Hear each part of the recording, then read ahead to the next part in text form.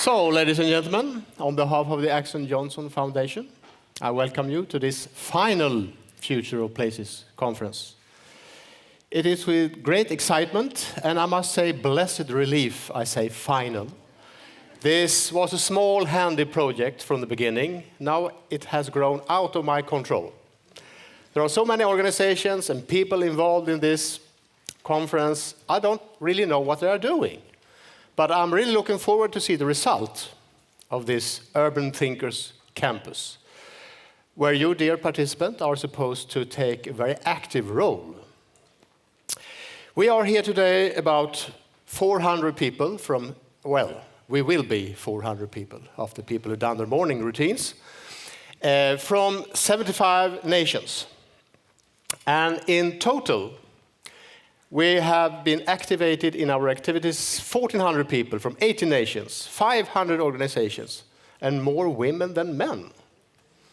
So we will have a strong representational power at the Habitat 3 meeting next year. Since this is the last conference, I will take the chance to explain some secrets about the title, The Future of Places. Because from the Foundation's perspective, public space and placemaking is only a part of a greater endeavor. Let me try to explain what we are after. If you are asking the great oracle about the future of cities, a lot of strange picture will appear in front of your eyes. They all look the same, they have the same colors, blue, brown, orange, and sometimes green.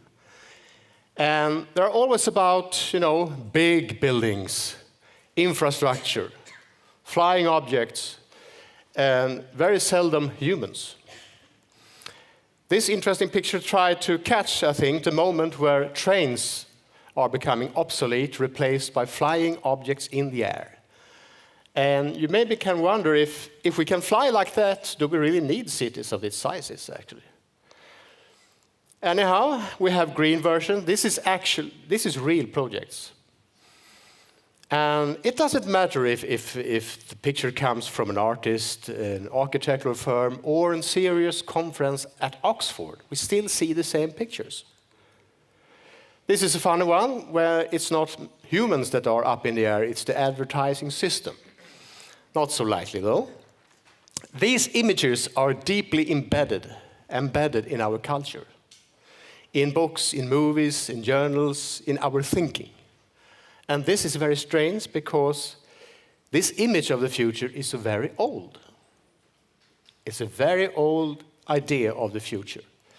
Well, it's about 120 years old and it's related to the Second Industrial Revolution.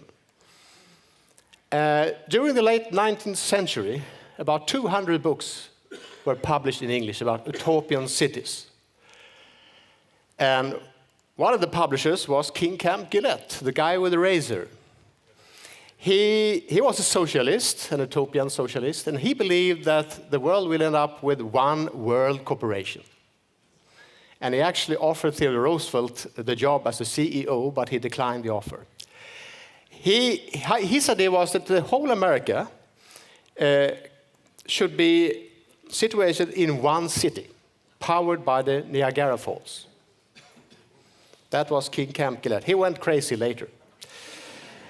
Then we had a futurist in the next century. And they have similar ideas. And this is an idea of a transit-oriented development or something by Antonius Antonia. We have it in the photographic version. This could be built in Dubai today. And if you have good sight, you can see some dots here, that is humans. So you see the scale here. And then we have the modernists and with their idea of separation of functions. And those socialist ideas merge with big capitalism in 1939 World Exhibition, financed by the car industry, because they saw the value of the separation of functions. And General Motors had the biggest exhibition. It was seen by 42 million people. Only General Motors exhibition. And they demonstrated a totally separated city. Anyhow, these images just continue. And This is quite interesting. This is Rem Koolhaas, 1995, the Asian city of tomorrow, a layered city. So, what has happened here? Why are we still living with these old images? It's a quite complex explanation. I cannot go into that now, but a short one is that those images were actually dying in the 70s. But they get some new energy of the new focus within architecture, the new focus on art. And after that, we saw cities grow fast in Asia. And they have a need for new symbols of the future in that part of the area. So we exported our old images to Asia. And when they can materialize in Asia, they come back to us, now presented as news. 120-year-old news. This is one of the latest projects, Shenzhen Bay Super City Master Plan. I must read this quote. It's an amazing quote.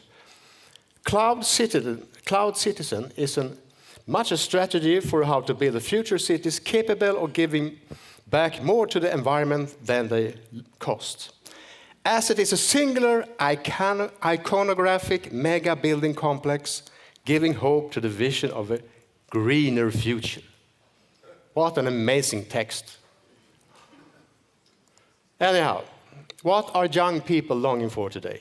If you ask the millennial generation, they want to have walkable streets, public space, bicycling, small firms, slow food, and parks. They want this. Strange, yeah? So, and the fastest growing type of city today is the informal settlements. So what we need to do is to challenge these images of the future. They are very important because they are governing our thinking. But we need images that start with a contemporary situation. Yes? So think about that while you are discussing public space today. We have a greater endeavor. Thank you very much and welcome.